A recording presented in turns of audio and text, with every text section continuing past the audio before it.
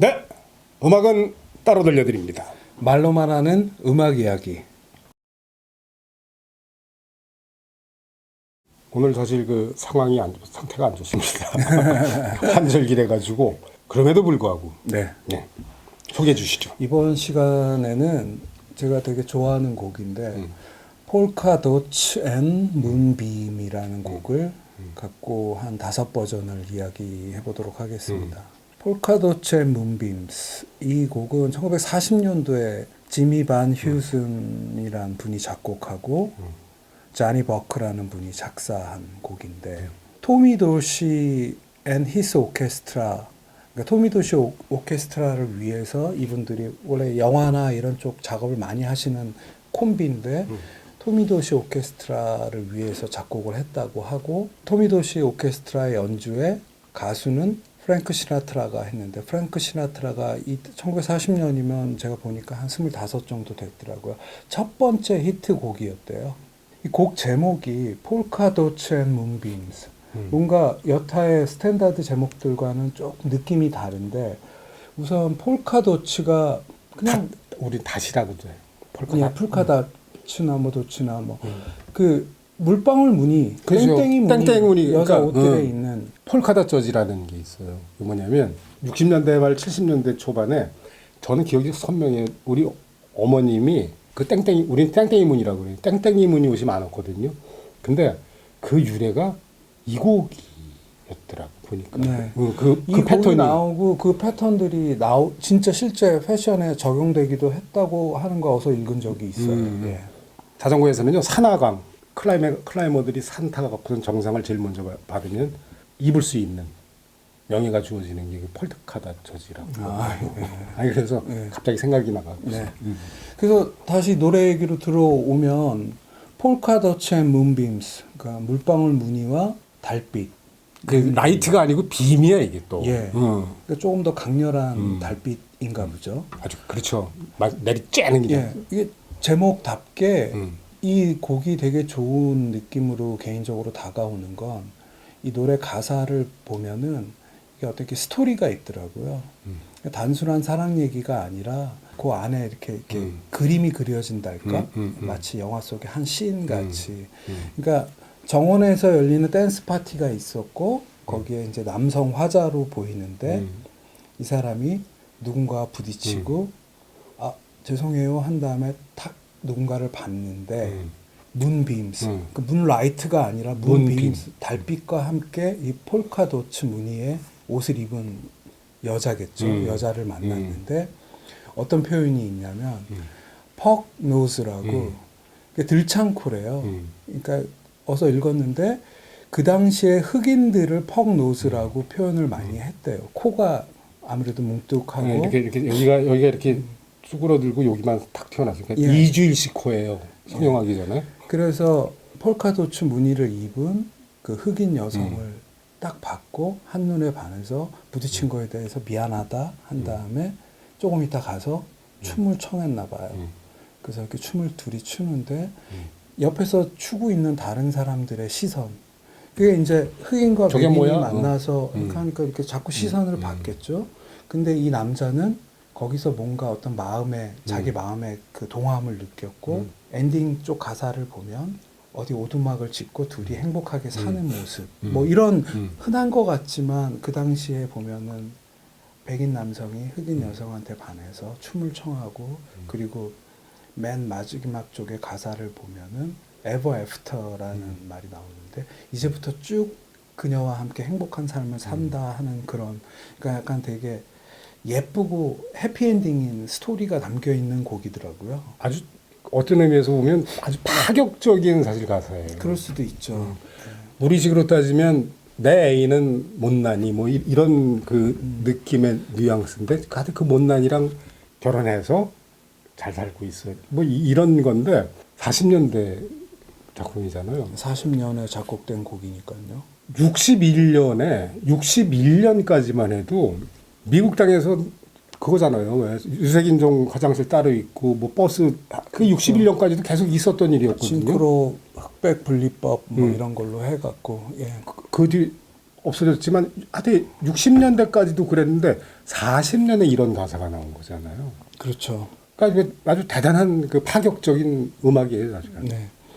근데 멜로디나 이런 것들 들어보면 너무 아름답고 파격적이라고 볼 수 있지만 어차피 사람과 사람이 만나서 어떤 남자가 여자의 사랑에 빠지고 그 둘의 행복한 이야기 이런 걸 다루고 있으니까 무엇보다 이 가사의 정서가 저는 되게 기분이 좋았었고 그래서 오늘 얘기할 거는 이 폴카도츠 앤 문빔스를 연주곡 3곡이랑 보컬곡 2곡 이렇게 얘기를 해보려고 하는데 우선 첫 번째 연주곡 3곡 중에 첫 번째는 웨스 몽고메리의 Incredible Jazz Guitar of Wes Montgomery 해서 1960년 앨범인데요. 쿼텟 구성이에요. 타미 플래니건이 피아노를 치고 펄시 히스가 베이스 치고 알버트 히스가 드럼을 치는데 이 베이스와 드럼, 펄시 히스와 알버트 히스는 그 형제죠. 되게 감미로운 피아노로 시작을 하고 웨스 몽고메리 하면은 존 매트커인 썸 피킹 해갖고 엄지 손가락으로 피크를 안 쓰고 기타 줄을 퉁기고 옥타브 주법이라고 하는데 이론적 음악적으로는 잘 알지 못하지만 뭐 예를 들어서 두 옥타브를 동시에 튕기는 그런 주법이라고 하는데 이 옥타브 주법과 썸 피킹의 개성이 그 당시 재즈판에서 확 드러난 게 이게 이제 웨스 몽고리의 두 번째 앨범인데 그래서 더 유명한 연주라고 하는데 곡을 해석한 거를 이렇게 생각을 해보면 약간 웨스 몽고메리 기타가 우리가 기대하는 속도보다 발라드니까는 느리고 편안하게 가는 건 하는데 약간 좀 느리게 느껴지는 듯한 그래서 조금 더 여유가 있고 타미 플래니건이 곡 정서에 맞는 앞에 도입부와 중간에 솔로로 도와주고 있고 리듬 섹션들 아주 예쁘게 받쳐주고 있고 그래서 뭐랄까 되게 담백하고 뭔가 섬세한 그런 느낌이 되게 기분 좋은 버전이어서 웨스 몽고메리 버전을 첫 번째로 한번 택해봤고요. 그 두 번째 버전은 역시 이제 연주곡인데 챗 베이커인 뉴욕 해서 1958년 앨범이에요. 피아노의 알 헤이그, 베이스의 폴 챔버스, 드럼의 필리 조 존스. 이렇게 요것만 봐도 챗 베이커가 50년대 초중반에는 웨스트 코스트에서 그 되게 감미로운 보컬 해서 스타가 되고 최고의 스타죠. 그런 챗 베이커에서 이 사이드맨들은 보면 느낄 수 있는 게 동부의 뮤지션들이란 말이죠. 그러니까 1958년 이 앨범을 낼 때 챗 베이커는 이제 동부로 이주를 한 거죠. 그래서 리버사이드사와 함께 계약을 하고 이스트 코스트로 진출을 해서 앨범을 내고 한 거의 두 번째, 그러니까 이스트 코스트에서의 두 번째 앨범인데 서부에 있을 때 그 보컬하고 말랑말랑한 그 연주에서 조금 더 트럼펫터로서의 포지셔닝을 한달까? 조금 더 이렇게 지적이랄까? 이성적인 연주가 담겨 있는데 폴카도츠 앤 문빔은 역시나 그 트럼펫으로 이렇게 해석한 게 되게 말랑말랑한데 뭔가 조금 로맨틱해 보이지는 않아요, 개인적으로. 그래서 그게 왜일까 생각을 해보니까 음악 외적으로 이 당시에 챗 베이커를 한번 살펴보면 그 마약 때문에 리버사이드사에서 앨범 창고에서 앨범을 훔쳐다 팔고 그랬대요. 마약 살 돈. 근데 그 와중에 이런 걸 녹음을 한 건데 그걸 알고 들으면은 왠지 그 정신에 이런 아름다운 발라드를 더 아름답게 표현하고 싶은 마음이 있었을까? 물론 음악 자체로 그냥 처음 들을 때는 되게 조용하고 챗 베이커는 이렇게 해석했구나 하는데 그 당시 챗 베이커의 상황을 보면은 이 사람 조금만 더 정신 차리고 있었으면 더 음악이 좋았을 텐데 하는 좀 주제 넘는 아쉬움이 있달까? 마일즈 데이비스란 벽을 못 넘었지 뭐. 예, 뭐 굳이 마일즈 데이비스를 운운하지 않더라도 본인 자체가 이제 동부로 진출을 해서 한 음악을 내는데 근데 또 이 다음에 나오는 59년에 나오는 챗이라는 앨범도 굉장히 마약에 심취해 있을 때여서 프로듀서가 동부에서 제일 잘 나가는 사람들 더 모아주게 빌 에반스 막 이렇게 다 들어와서 또 좋은 앨범을 내기도 해요. 그러니까 어떻게 따지면 음악과 사생활은 별로인 것 같기도 한데 별도인 것 같기도 한데 이 곡을 58년에 녹음한 버전을 들으면 왠지 개인적인 아쉬움이 좀 조금 아쉽다. 남는 그런 버전이고요. 세 번째 연주 인스트루멘탈 버전은 카운트 베이시의 카운트 베이시 앳 뉴포트 해서 1957년 7월 7일 날 뉴포트 재즈 페스티벌에 참여한 카운트 베이시 오케스트라의 연주 실황 버전인데 57년도에도 빅밴드는 계속되고 있었고 카운트 베이시는 이렇게 훌륭한 연주를 남겼구나. 찌는 듯한 더위였을 것 같아요. 뉴포트에서 재즈 페스티벌 하는데 7월이면은 뭐 덥죠. 카운트 베이시 오케스트라가 근데 좀 특이하고 주목할 만한 점은 이날 연주에는 카운트 베이시 오케스트라 출신의 오비들이 몇 명이 찬조 출연을 하게 되는데 폴카 도츠 앤 문빔스에서 테너 솔로를 하는 레스터 영, 드럼의 조 존스, 필리 조 존스와 구분이 돼야 되죠. 카운트 베이시 오케스트라의 리듬을 책임졌었던 왕년의 조 존스, 그리고 보컬의 지미 러싱이 오랜만에 와갖고 그래서 이 곡을 들어보면은 곡 시작할 때도 그 사회자가 오랜만에 참여한 조 존스를 소개하고 곡이 끝난 다음에도 카운트 베이시 밴드의 오리지널 드러머인 조 존스를 또 소개하는 그런 멘트가 같이 음악 안에 앞뒤로 담겨 있기도 한데 그 여름에 재즈 페스티벌 현장에서 관객 앞에서 카운트 베이시 오케스트라가 이 곡을 연주하고 오랜만에 같이 참여한 레스터 형이 솔로를 되게 로맨틱하게 불어줘서 어떻게 따지면 이 버전이 원본 빼고는 가장 로맨틱하달까? 낭만적인 무드를 갖고 있어서 되게 자주 듣는 버전이고요. 이제 보컬 두 버전을 살펴볼 텐데 원전을 한번 들어봐야죠. 아까 오리지널? 소개했던 토미 도로시. 토니 도로시 앤 히스 오케스트라와 프랭크 시나트라가 1940년 3월 4일 날 녹음했다고 하는데 이 곡이 되게 인상적이고 좋은 거는 처음에 곡이 시작되고 나면 토미 도로시 오케스트라가 한 1분 40여 초가 지나도록 전주가 길게 돼요. 그러니까 아까 가사 말씀드린 걸 한번 떠올려 보시면 어떤 여름에 댄스 파티가 이렇게 밤에 조명들이 있을 거고 달빛이 굉장히 밝은 날이고 선남 선녀들이 이렇게 댄스 파티를 벌리는 그 분위기 그대로 한 1분 40여 초를 전주가 쫙 하고 프랭크 시나트라 25살 때 프랭크 시나트라의 되게 젊고 어떻게 기름기가 하나도 그렇지, 없는 기름기가 하나도 없는 목소리. 되게 담백한 보컬이 싹 들어와서 그 곡을 쫙 펼쳐주는데 이 되게 옛날 곡이잖아요. 1940년도에 발표된 곡이면 근데 왠지 나름대로의 되게 현대적인 감각이 있달까? 앞에 전주를 길게 뽑아내는 게 그 빅밴드들이 춤을 위한 곡이어서 이건 뭐 슬로우 댄스를 위한 곡이었을 텐데 그거를 처음부터 본론을 던지지 않고 쭉 깔다가 본론이 툭 얹어졌을 때 그 매력이 되게 있는 곡이고 보컬의 또 다른 버전은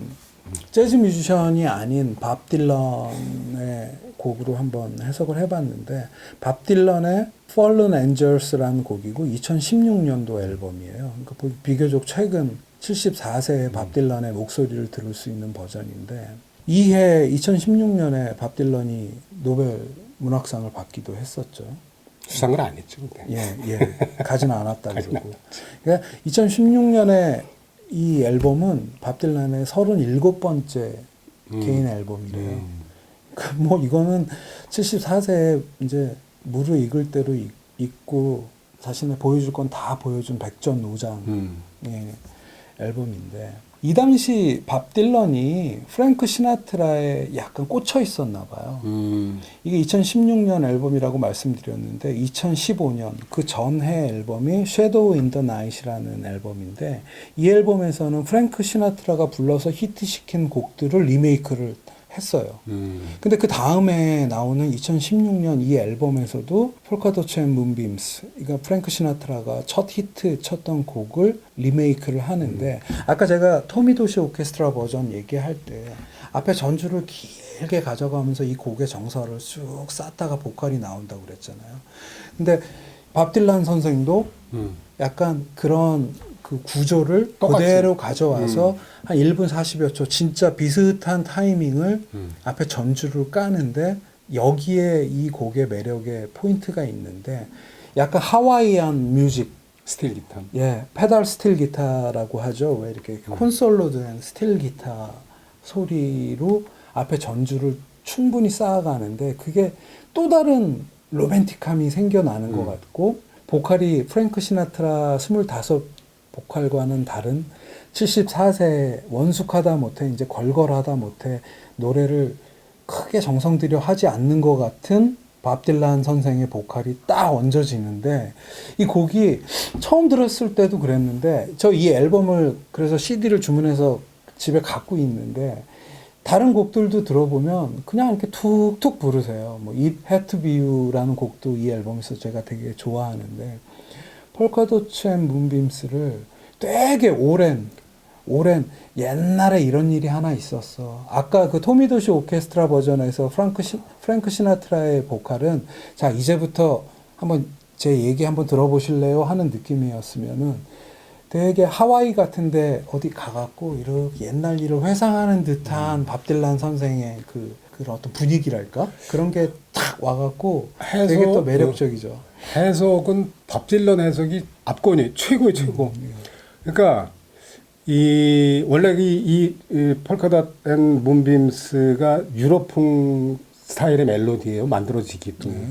근데 그래서 이제 좀 미국 그 스탠다드 곡들이랑 느낌이 다른데 우리 정서에 밥 딜런은 정말 너무 잘 맞게 부른 것 같아. 해석을 한 것 같아요. 저는 밥 딜런 꼭 안 들어봤어요. 이게 존 덴버도 불렀고, 그러니까 이게 재즈 스탠다드 100곡 중에 손꼽히는 곡 중 하나고, 그리고 보컬 꽤 많은 가수들이 그래서 불렀는데 저는 옛날에 존 덴버 노래도 한번 들어봤는데 그거는 그 전주가 그냥 바로 일반 노래처럼 네 소절 들어가고 그냥 바로 나와요. 근데 별로 다 저는 이 노래 매력이 없었는데 밥 딜런 거를 듣고 나서 야 이거 뭐 이러냐. 그래서 김 감독이 그 노래 추천해 갖고선 이 링크 걸어준 그 유튜브를 그냥 계속 연속 돌게 갖고선 제가 한 30-40번을 들었어요. 사실은. 저도 이게 자꾸 반복해서 듣게 되는 매력이 있는 것 같아요. 있어요. 아, 정말 해석 잘했어. 어떻게 그렇게 그러니까 아니 우리 정서에 이렇게 딱 맞아. 가사 몰라도 괜찮아. 그냥 이렇게 사운드 자체가 그냥 이렇게 척척 감겨와요. 덱스터 고든이 공연장에서 한다고 하는 이야기가 있잖아요.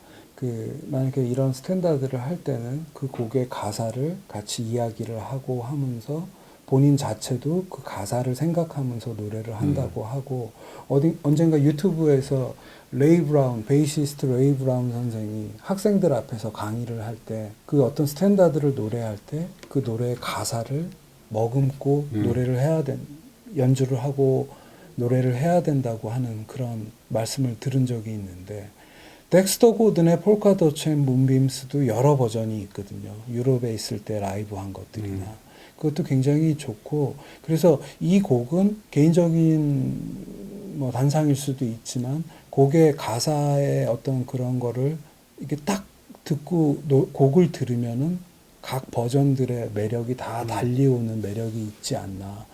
빌 에반스가 1962년에 낸 문빔스라는 앨범이 있는데요.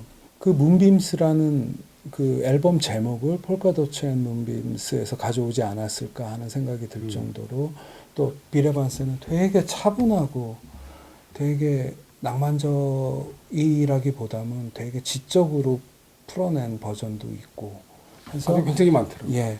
그러니까 오늘 소개시켜드린 그 5버전 외에도 여러 버전을 즐기실 수 있는 그리고 우리가 가끔 얘기하지만 유튜브에서 폴카도츠 앤 문빔스라는 검색어를 넣으면 여러 가수들의 버전이 있을 수 있으니까 그 가운데 연주곡 3곡, 보컬 2곡 이렇게 한번 정리를 해봤습니다. 네. 저는 밥 딜런 버전을 적극 추천합니다. 예.